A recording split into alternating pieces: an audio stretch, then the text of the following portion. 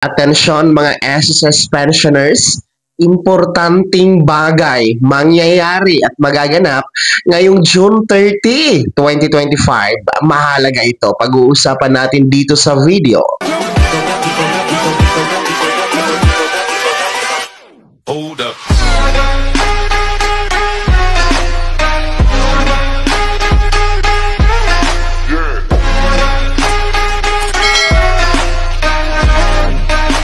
Hello mga ka-vlogs, welcome dito sa aking YouTube channel. Magandang araw po sa lahat ng mga manonood. Saan po kayong dako sa mundo?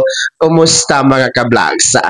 Eto ha, mga pensyonado ng SSS, napaka-importanting bagay mangyayari o magaganap ngayong darating na June 30. Mahalaga talaga ito na inyong alam.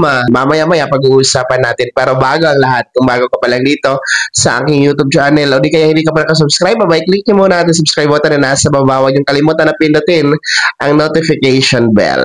So, ito na nga po no, mga SSS pensioners, mahalagang bagay po mangyayari at magaganap ngayong darating na June 30 sa pagtatapos itong buwan mga ka-vlogs. No? Araw yan ng Lunes sapagkat yan po ay katapusan o deadline para po makomply ang nire-required ni SSS sa inyo na Annual Confirmation of Pensioners or SSS AKOP. Yes, yan po ay deadline para po sa mga nagdiriwang o magdiriwang ng kapanganakan nitong buwan ng June. Kung ngayon nga po na buwan, June, ang birth month ninyo, abay, kayo po ay nire-require na mag-comply ng AKOP. No? And take note, yung mga 80 years old pataas lamang. So, ibig sabihin, kahit birth month nyo ngayong June, pero hindi naman po kayo nag-80 pataas yung edad, no? Hindi kayo kasama sa magpapaakop.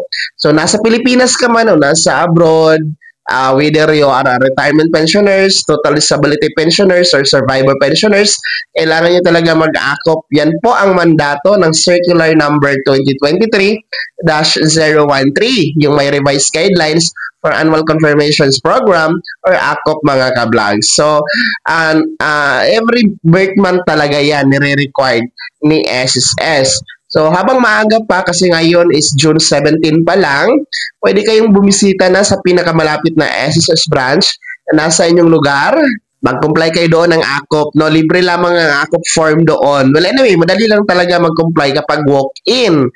Yung mga nasa abroad, mga malayo sa SSS branch, no, hindi makakapunta, ay pwede kayo mag-video conference, no? Online na compliance po yan.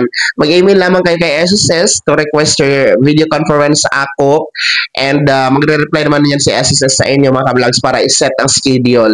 O di kayo naman po sa mga selected banks na nasa screen nyo po. Kung kliyente kayo ng mga bangkong yan, pwede dyan mag-comply ng AKOP. So, ginagawa po ni SSS ang AKOP dahil nais niyang tiyakin na buhay ang pensyonado, tamang tao po ang nakatanggap ng pensyon buwan-buwan. So, yan naman po yung purpose o objective. Bakit nire-record ang AKOP? Ano ba ang kahihinathanan? Ano ba ang resulta kapag hindi nag-comply ng AKOP? Nako, ito ang hindi natin gusto. Puputulin ni SSS ang inyong pensyon. Wala kayong matatanggap, no? Na pensyon.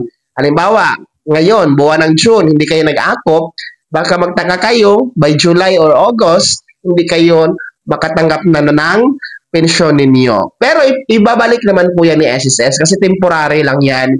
Kaso lang, kailangan nyo pa rin po mag-comply ng AKOP bago ibalik yung inyong pensyon at yung mga buwan na hindi nyo po natanggap. So, ganun talaga kahalaga ang pag-comply ng AKOP tuwing buwan ng kapanganakan. Gaya nitong buwan ng June, hanggang June 30 na lang po yan ha, mga merong buwan ng kapanganakan nitong June mga ka-vlogs. Please comply your AKOP para tuloy-tuloy ang pagtanggap ng buwan ng pensyon kay SSS. Kaya naman mga SSS pensioners, sino sa inyo dito ang nakapag-AKOP na nitong buwan ng June? Ayan, kumusta naman po Sa mga hindi pa naka-akop, nako, galaw-galaw na. Now, ano po yung reaksyon at komento sa balitang ito ay bahagi niyo po sa comment section na nasa baba. Pakilagay ng buong pangalan at kung taga saan kayo. Bago ako magtapos sa video na to, kung gusto niyo pong sumuporta sa aking YouTube channel, maaari niyo pong i-click ang ating support thanks button na nasa baba. Sa mga gusto maging miyembro, pwede po i-click nyo lamang ating join button. Maraming perks dyan mga vlogs. Be my member now. Sana naging gabay ang video na to kahit paano na pag-uusapan natin ang mga mahalagang bagay na may kinalaman sa pagiging miyembro, benepisyaryo at pensyonado sa SSS. Kung hindi ka pa nag-subscribe dito sa aking YouTube channel, maaari nyo lang i-click ang ating subscribe button na nasa baba. Huwag nyo kalimutan na pindutin ang notification bell, ilagay nyo po sa all para naman updated ka sa lahat ng mga videos na aking upload. Maaari nyo rin i-like ang video na to at kung meron ka pa mga katanungan, maaari nyo i-comment sa comment section na nasa baba. Paki-follow na din po ang aking official Facebook page na nasa screen nyo. Muli po, ako si Daniel Timpawa na nagsasabing dito sa aking YouTube channel, Pawang Katotohanan at lahat totoo lamang.